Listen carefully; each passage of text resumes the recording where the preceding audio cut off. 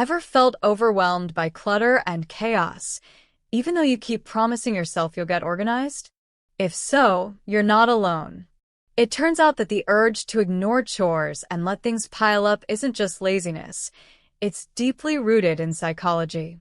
So today, we'll explore what drives this habit and the small, science-backed changes you can make to feel more in control. Let's be real, many of us have, at some point, put off cleaning until things got out of control.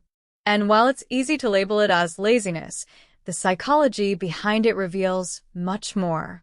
Some research shows that clutter can be linked to feelings of anxiety and stress. Ironically, the more overwhelmed we feel, the harder it is to get started. Instead of acting, we're trapped in a cycle of procrastination, guilt, and frustration.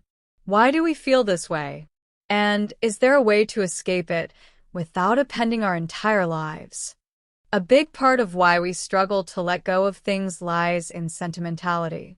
Humans attach memories to objects, and this emotional attachment can make it surprisingly hard to part with items, even if they're no longer useful. Psychologists call this the Endowment effect. We place higher value on things we own simply because they're ours, which can turn our homes into archives of memories rather than functional spaces. But here's the twist. We don't need to toss everything to feel lighter. One small change? Try the one-in, one-out rule. Every time you buy or receive something new, find a similar item you no longer need and let it go. This approach keeps clutter manageable while respecting your sentimental side. Another powerful factor is decision fatigue. Every time we choose to keep, toss, or store something, it's a tiny decision that adds up.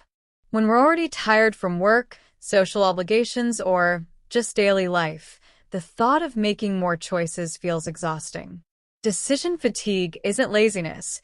It's a real psychological response where the brain tires from constant decision-making. To combat this, set up what psychologists call a default system.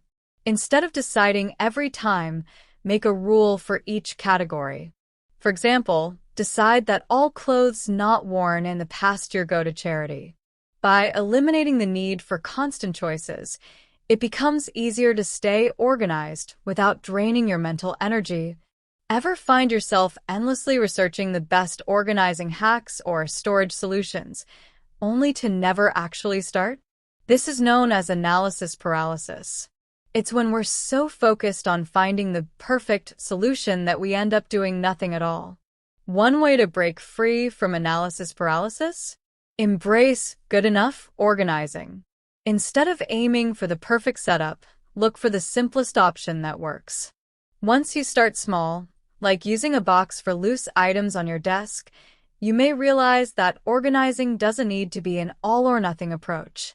Just a little structure can create a big impact. Our emotional states also play a huge role in the mess around us.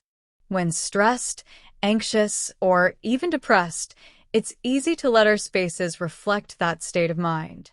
This is why clutter can sometimes be more of an emotional issue than a practical one. One trick here is to try low-stakes cleaning. Commit to just 5 minutes a day. If it feels like too much, tell yourself you can stop after 5 minutes. Often, the hardest part is just starting, and even 5 minutes can give you a boost in mood and confidence, slowly building the habit of tidiness.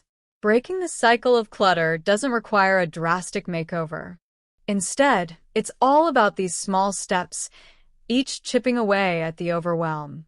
By addressing the psychology behind clutter, sentimentality, decision fatigue, analysis paralysis, and stress, you're more empowered to take control, one small habit at a time. Remember, there's no quick fix, but there is progress. Every 5-minute tidying session, every small organizing rule, and every bit of clutter you let go adds up over time. And as you change your space, you'll likely notice a shift in your mindset, too. So, the next time you feel overwhelmed by clutter, remember, you're not alone, and it's not a sign of laziness.